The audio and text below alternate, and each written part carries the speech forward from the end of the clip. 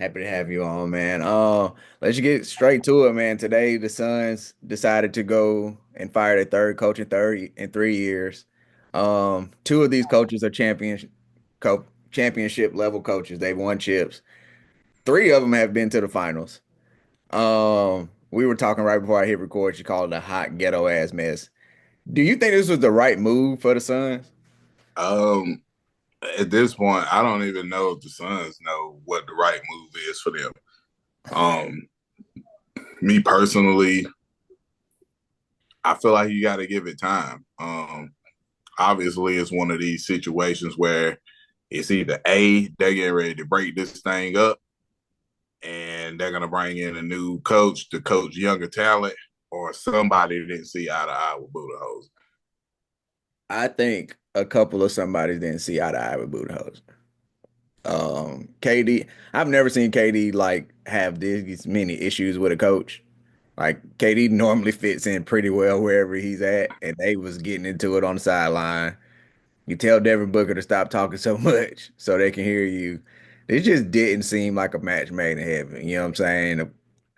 Whether you love or hate Bradley Beal, you paying him $50 million, you move him to the bench. That didn't seem like a move that anybody really cared for. Even if that was the better move, it's crazy that to me, I felt like this was probably the move to make. It just looks bad when it's your third coach in a row. Like, Yeah, it looks real bad, and then on top of that, like you got they were just never able to figure it out. Like the roster's been clunky ever since. Like I've been adamant that I don't feel like the Suns CP was getting long in the tooth, but I mean he just played all 82 games, so he was always going to be there. He was always going to be available. yeah, You kind of broke up uh, your core for Kevin Durant, which we discussed that like you know you're gonna have to ship away a lot to acquire Kevin Durant. he But even said once that. you ship away half your roster and it doesn't work out, who got to take the fall? Unfortunately, it's always going to be the coach. Yeah, or the GM, which is crazy. The GM ain't got fired yet. James Jones, he gonna be there at Yeah, least for one more coaching run and see how quick he can get this rebuild. Because we know you could either have a Charlotte Hornet rebuild, which is going on about 20 years, or you can have like a Houston Rocket, Detroit Piston type rebuild where you get the right guys in there, the right mix of vets and young guys, you can, be right back in the playoffs. But three coaches in 3 seasons is definitely a bad move for sure. um, it's new owner syndrome though, man. New owners come in the NBA and fuck it up. You know what I'm saying? What's your boy? What was his name from Brooklyn? Prolong, whatever. Out of Russia, yeah, Russian. What's the first thing he does? Fuck these picks. Give me old ass KG, old ass Paul Pierce, Jason Terry. You know what I'm saying? And pair them. We're gonna make a run for it. And at best, they was what, the 4 seed. Um, Even Mark Cuban, one of the first moves he made with Dallas was let's get Ray LaFrance, yeah, terrible fucking contract. yeah, It is I think it's just those billionaires, high 100 millionaire guys at the time, but now billionaires. They've been so successful that I don't think they can come into business and not try and put their fingerprints on it. yeah.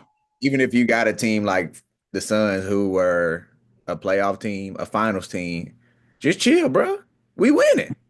Winner, You know what I'm yeah, saying? But I think he just needed to have his sauce on it. Like he wouldn't have felt good if they would have won without him putting his imprint on it. right. Um, he's gonna have to learn the hard way. He's definitely had to learn the hard way, and he's gonna have to figure out like how much money he's gonna be willing to shell out. Like, are you willing to play the long game, or are you gonna try to fast track this? And clearly, you tried to fast track it, and you were unsuccessful. Like, um, when you got three guys on max deals, it's hard to build around them. Like, the times have changed. Like the more this money continues to go up, the more like the super team era, which I thought it was dying anyway, but the super team era is just not gonna work with these 50 million plus contracts that these guys are getting. Understand when the Heatles got together, like these boys was making like 17 million. You know what I'm saying? Yeah. Like you had Bosch at 17, like at 17.8, Browns at like 17.3, D Wade's like 17.5. Yeah. So you know that's what, like $51 million, you know what I'm saying? Between three people, now $51 million It's is Bradley Beal. one guy. Yeah, that's one guy's deal. So And um and also back then they didn't have things in place to stop you from being better after signing those guys. Like right. now you have the second apron where if you are one of those teams, you can't get anybody in the buyout. You know Yeah. what I'm saying? Like so like those little things, those like the mid-level exception. You don't have the mid-level exception if you got two max guys, I think, maybe three or whatever. Whenever you hit that threshold in the salary cap, you can't get a mid-level exception guy. So like that, Shane Battier, hey, come play over here for $3, $4 million. That's done. You know what I'm saying? So like if you're gonna be top heavy, that you got to have young talent. You can't have people 30 and over if you're top heavy because that's not going to work out. And I think that's where the Suns at right now. And that's why KD is going to be in one of the Texas teams next year, either Dallas or Houston. So with Budenholzer, do you think that like um he just didn't want to play the younger talent? Because I mean, you got a guy like Bobo over there who is essentially a poor man's Wimby. You know what I'm saying? But Bobo's not getting any minutes. I don't know what the thing is with Bowl. It seems like he doesn't fit anywhere, but he should fit everywhere. Facts. Like I really I don't know if it's a Budenholzer thing because Bowl don't play nowhere. No, he doesn't. You know what I'm saying? Honestly, he probably played more with the Suns than he played anywhere else. That's a fact. You know what I'm saying? So I don't know if it's that, but him not playing Tyus Jones, that was a big red flag to me because you needed a point guard and you don't play one of the highest assist to turnover ratio point guards in league history. And that didn't make sense. You figure out a way to make that work. Um, I don't know, man. I think Bud just came for the money, bro. Yeah, yeah. Because I mean, if you look at the way this roster's constructed, like Bud ain't never been. He first of all, he comes from the pop coaching tree. You know what I'm saying? So he comes from the pop coaching tree, and then on top of that, like you coached Atlanta, which was a bunch of like blue collar guys. Like you got Jeff Teague, you got Kyle Korver, you got Damari Carroll, you got Millsap, you Yeah. got Big Al. Like those are all low maintenance guys that's just gonna fall in line and look at the better good. You know what I'm saying? Yeah. Then you go to Milwaukee and it's still the same thing. You know what I'm saying? Like Even you still Giannis as a even superstar Giannis, is he's a a low low maintenance maintenance guy. superstar, Yeah. right? So and then you got Chris Middleton, who's a low maintenance number two guy. You know what I'm saying? You got that Buck squad that all his teams resemble Spurs teams.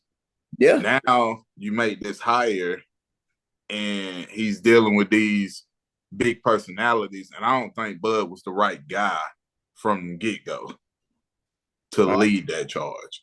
I can roll with that. You think they should have kept Frank Vogel then? He had the experience of dealing with high maintenance guys. Yeah. You know, Been with LeBron AD. yeah, he Hey, coached very Dwight Howard. Like he had polarizing figures, so yeah. he at least had experience in managing that. Like Bud, everybody knows that the Spurs way of how they do things. It just didn't translate, and I haven't found a coach that really KD has really, you know what I'm saying, kind of mesh with. You Yeah. know, see, like Maybe Steve maybe Kerr. with Steve Kerr, you know Yeah. what I'm saying, Sure. and maybe things will come out about that as the years go on. But like, Yeah. And even some had to be wrong with that because he wanted to get the fuck out of there. right, Yeah. So I mean, you know, I think the biggest loser in all this is Devin Booker because it's kind of like I didn't ask for none of this shit. You know what I'm saying? Gonna be his eighth coach in 11 years. Yeah, and I never asked for this. Like we got to the finals and that shit was because of me, goddamn it. Like I didn't ask for KD. I didn't ask for Brad Bill. You know what I'm saying? Like y'all kind of bought this fool over here and just kind of like tried to bump me to number two, but like he came to play with me. Yeah, I'm I've the. been here. You say I'm the one who went to the finals. I'm the one Right, who turned us up after the bubble. right, yeah, for sure. Yeah. Um, You so think unfortunate for the Suns, but you know, just poor decisions right now. real poor decisions. Real quick, and we'll wrap up the Suns so we could talk playoff playing. Is this out of the big three players, are any of them in Phoenix next year? Bradley Beal and Devin Booker stays. KD goes. Two out of the three. Okay. I feel like nobody's there next year. Not even D Book. If I'm Matt Ishbia, fuck it. If I'm an owner that wants to be the guy who did it, I want to be the guy who did it. Like if I'm gonna keep fucking it up, small tinkering, I might as well blow this bitch up and build it in my own way. You know what I'm saying? And you can get a nice haul for all three of them. You get a lot of picks. You can build your team. You know what I'm saying? Going forward like that. So I think all three of them out of there. I do. All right, let's talk play in. Tomorrow we have